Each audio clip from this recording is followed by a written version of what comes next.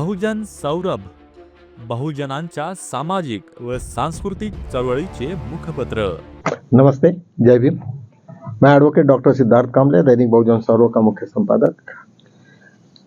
कल से आज से पार्लियामेंट सेशन चालू होने वाला है। एक लोग अपने लोकशाही का सबसे बड़ा जो कोई फैसला होने वाला रहता है या एक दूसरे के ऊपर में जो हम लोग गलतियां या सुधार के बारे में जो जिक्र होता है पूरे देश में, और पूरे देशवासियों का वहां उस पर ध्यान होता है। जो भी सरकार जिस तरीका से जो भी कानून किए, किसी भी प्रकार की गड़बड़ी की, किसी भी प्रकार के भ्रष्टाचार हो, कोई भी मसले हो, ये सब का लेखा जोखा सब वही होता है। और ऐसे वक्त सभी मिनिस्टर्स को वहां रहने की बहुत जरूरी है, इंक्लूडिंग प्राइम मिनिस्टर। लेकिन अनफॉर्चुनेटली हमें ये देखने को मिला, कुछ वीडियोस ने भी बताया कि मोदी जी वहाँ नहीं है या कुछ और फॉरेन दौरे पे है। बहुत बार 1 या 2 दिन रहते हैं और उसके बाद में चले जाते हैं। उसके और विपक्ष यही कहता रहता है कि हम लोगों के जो जवाब है वो मोदी जी को देना पड़ेगा। वो इसलिए क्योंकि तुम्हें मालूम है इतने में कि डोनाल्ड ट्रंप ने जिस तरीका से धूम मचा दी और हर चीज़ों को वो अपने हाथ में लिया, चाहे वो सिंदूर का इशू रहो या फिर उस दिन उन्होंने अभी कल परसों का उनका एक विधान था कि यहाँ पे कम से कम 5 फाइटर जेट उड़ाया गए जब हम लोगों के इन पाकिस्तान के अगेंस्ट में सिंदूर ऑपरेशन हमारा चालू हुआ। अभी तक जो चीज को ये रोक रहे थे, जिस तरह को छुपा रही थी सरकार, वो किसी ना किसी तरीका से वो बाहर आई। और ऐसे सिचुएशन में निश्चित रूप से विरोधी पक्ष काफी ये होता है, आक्रामक होते हैं कि भाई ये कौन आदमी है। और डोनाल्ड ट्रंप हमारे यहाँ पे सीज फायर करना, ये टेरिफ के ऊपर में बंधन लगाना, ये क्या सब चल रहा है, देश में क्या हो रहा है। तुम्हें सबको मालूम है कि मोदी जी का जो परम मित्र अडानी वहाँ पे लटका हुआ है और वो किसी भी लेवल पे जाके उसको छोड़ने की कोशिश कर रहे हैं। कैसे छूटेगा, कैसे होगा? क्योंकि जो आदमी फ्रॉड किया है, और वो देश में वो कोई ऐसा कानून नहीं है कि जो कोई इंडिया थोड़ी है यहाँ पे कि कोई भी कानून को कोई सुप्रीम कोर्ट के जजेस को अपन ने ये कर ले, उसको इन्फ्लुएंस में लाए या कोई ये करे, दबाव में लाए, ऐसा कुछ होता नहीं है। और निश्चित रूप से अडानी की को जेल होना है, उसमें कोई दिक्कत नहीं है। और उसके लिए निरंतर प्रयास हो रहे हैं मोदी जी के कि वो किसी भी हालत में अडानी के जो चार्जेस है उसको कुछ हो जाए, लेकिन होना कुछ नहीं है।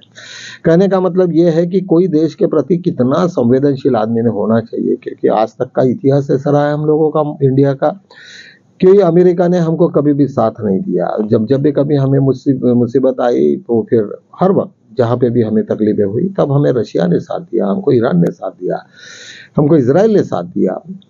तो ये सब चीज़ों को सबको मालूम है। इसके बावजूद भी ये क्यों इतना सरेंडर हो गए और कोई किसी को फेस तक नहीं कर रहा। और इस वक्त हमारी फॉरेन पॉलिसी पूरी सत्यानाश हो गई। ऐसे सिचुएशन में निश्चित रूप से विरोधक आक्रामक हो गए, विपक्ष आक्रामक होगा और सभी को जवाब देना पड़ेगा। तो ऐसे सिचुएशंस में आज मोदी का जाना ये हम लोगों के लिए, मतलब उपस्थित नहीं रहना, ये बहुत ही एक शर्मनाक बात है। और रहेगी भी कैसे नहीं, वो क्यों रहेंगे? क्योंकि जब एक बात करनी है तो वो बिना मतलब डायलॉगबाजी चलते रहती है, ना सब्जेक्ट के बारे में मालूम है उनको, और कुछ भलते सलती चीज़ों को बात करते, तो उनको कहा गया होगा उनके सलाहकारों ने कि भाई ये तुम आप नहीं रहे तो अच्छा है, हम लोग संभाल लेंगे जो भी कुछ हुआ।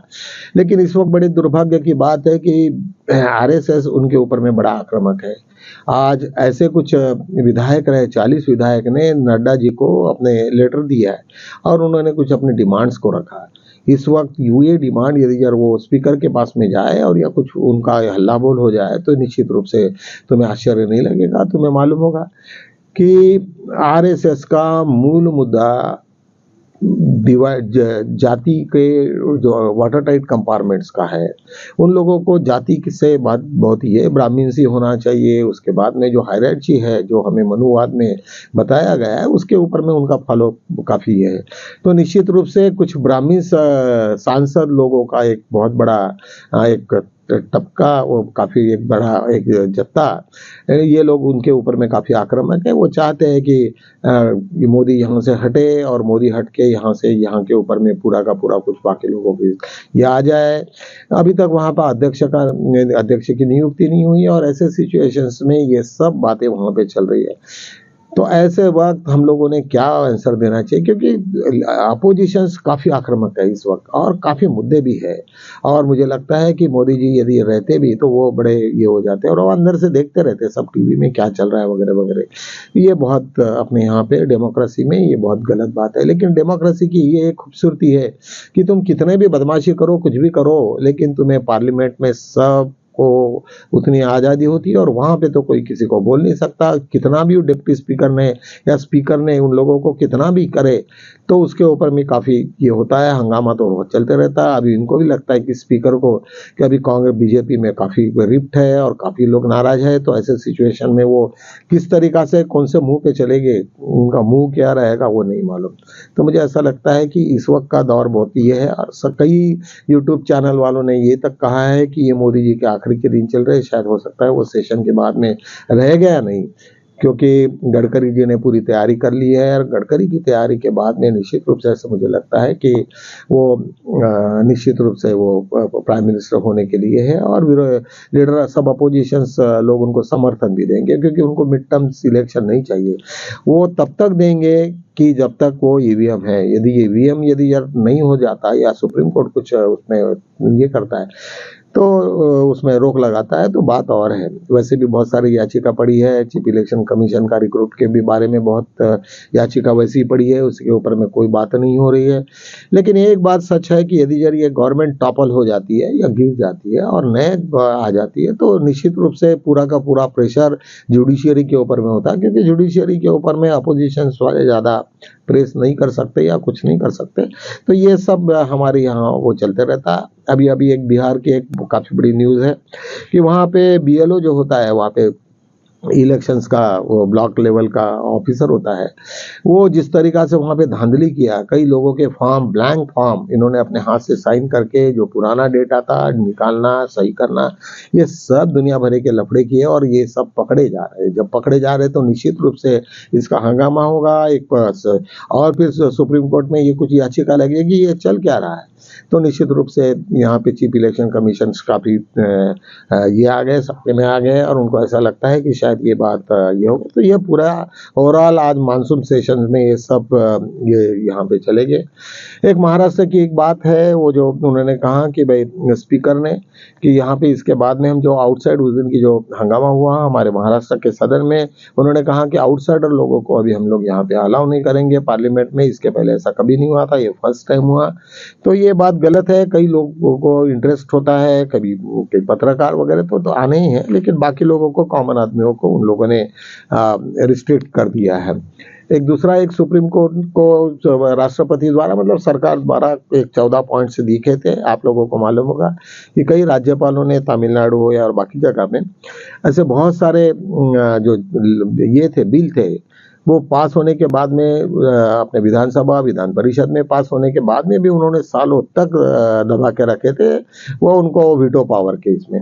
लेकिन सुप्रीम कोर्ट ने उनको ये कहा कि भाई ये तुम्हें वहाँ पे बैठा है तो ये बिल रोकने के लिए नहीं बैठा है, तुम्हें जो काम करना है, जो दो बार पास होके तुम वहीं पे बैठे हो या सुप्रीम कोर्ट में इधर भेज देते हो तुम लोग राष्ट्रपति की तरफ में और वहाँ पे ठंडे बस्ते में पड़ते हो। तो इसका मतलब कि जो कॉन्स्टिट्यूशन का जो ढांचा है वही तुम पूरा का पूरा वीक कर रहे करके पिछले वक्त इसके ऊपर में काफ़ी रोक सुप्रीम कोर्ट ने रखा और उन्होंने कहा कि भाई तुमने रखा भी तो भी तुमको लिमिटेशंस है, उसके ऊपर तुम रख नहीं सकते और उसको एज गुड एज पास करके उन्होंने डिक्लेयर किया। तो इसके ऊपर में काफ़ी धनकर जी और इनके बारे में सब आया, तुमको सबको मालूम है। तो निश्चित रूप से इसके ऊपर में एक भूषण गवई जी साहब ने चीफ जस्टिस ऑफ इंडिया ने एक 5 जजेस की कमेटी कॉन्स्टिट्यूट की है, जिसके तहत उन लोगों को इसके ऊपर में जो भी सेक्शंस में उन्होंने ये किया है तो वो उसका क्या यूज़ है क्या नहीं है, तो ये सब अभी उसके ऊपर में उनका ये चलेगा। अभी उसके ऊपर भी वो तुरंत कुछ जजमेंट मतलब ऑर्डर होने की संभावना है। तो और एक बिहार की एक बहुत बड़ी बात है, बिहार को एक बड़ी एक छोटी घटना हुई थी। वहाँ पे दशरथ मांझी नाम का कोई आदमी था, उसकी मिसेस कहीं पहाड़ चढ़ रही थी और वो पहाड़ दूसरे गांव में जाने के लिए हर आदमी को वहाँ से पहाड़ चढ़ना पड़ता था। तो उसकी बीवी गिर गई और वहीं पे उसका मृत्यु हो गया। वो होने के बाद में उसको इतना सदमा बैठा कि उसने 22 साल तक वो पहाड़ी को खोदते खोदते खोदते पूरा गिराया और उसको वहीं पे वो मृत्यु भी हो गया। तो ये जो घटना है सभी पूरे देशवासियों को मालूम थी। उसके बाद में उन्होंने कुछ डॉक्यूमेंट्रीज निकली और सब कुछ हुआ। ये बात जब राहुल गांधी जी को पता चला तो वो काफ़ी उनको मिलने की उन्होंने इच्छा की और वहाँ गए। किसी को मालूम नहीं था, किसी को अंदाजा भी नहीं था कि वहाँ पे पहुँचेंगे। कोई एकदम साधारण इसमें गए और वहाँ देखे कि उनके पास में रहने के लिए मकान तक नहीं है। जो आदमी इतना बड़ा क्रांतिकारक रहा लेकिन उसके पास में एक सादा मकान तक नहीं है। तो उन्होंने दिल्ली में जाके सब अपने बिहार के लोगों को कहा कि पहले उसका जाके मकान बनाओ, फिर वहाँ पे मेजरमेंट किए और उसके बाद में उसके मकान की शुरुआत करने के बाद में उनको पता चला कि राहुल गांधी की वजह से इन लोगों को एक छोटे भाई कि इतना बड़ा जो आदमी है और कितनी सोच है कि भाई मेरी मिसेज तो मर गई लेकिन बाकी लोग नहीं होना चाहिए करके उसने पूरी पहाड़ की खुदाई चालू कर दी थी। तो ये बात जब अभी मीडिया को पता चली तो एक बहुत अच्छा वीडियो आया। निश्चित रूप से जब वो गरीब लोगों के यहाँ जब राहुल गांधी गए और किसी को न बताते, उन्होंने कोई इसमें ये नहीं किया, ना वहाँ पे कोई कैमरे थे ना कुछ तो इस तरीका से जब रहते तो कॉमन आदमी को राहुल गांधी के बारे में बहुत अलग से अट्रैक्शन डेवलप होता है कि ये इसको कहते हैं कि जो तुम आम आदमी के बीच में जाके जब कोई काम करते हो तो निश्चित रूप से उसका परिणाम भी बहुत अलग होते हैं। तो ये बात बड़ी इंपॉर्टेंट है और मुझे लगता है कि ऐसा ही नेता हमारे देश में होना चाहिए। इन्हीं शब्दों के साथ में मैं यही विराम लेता हूँ। कल मिलेंगे हम, तब तक के लिए जय भीम।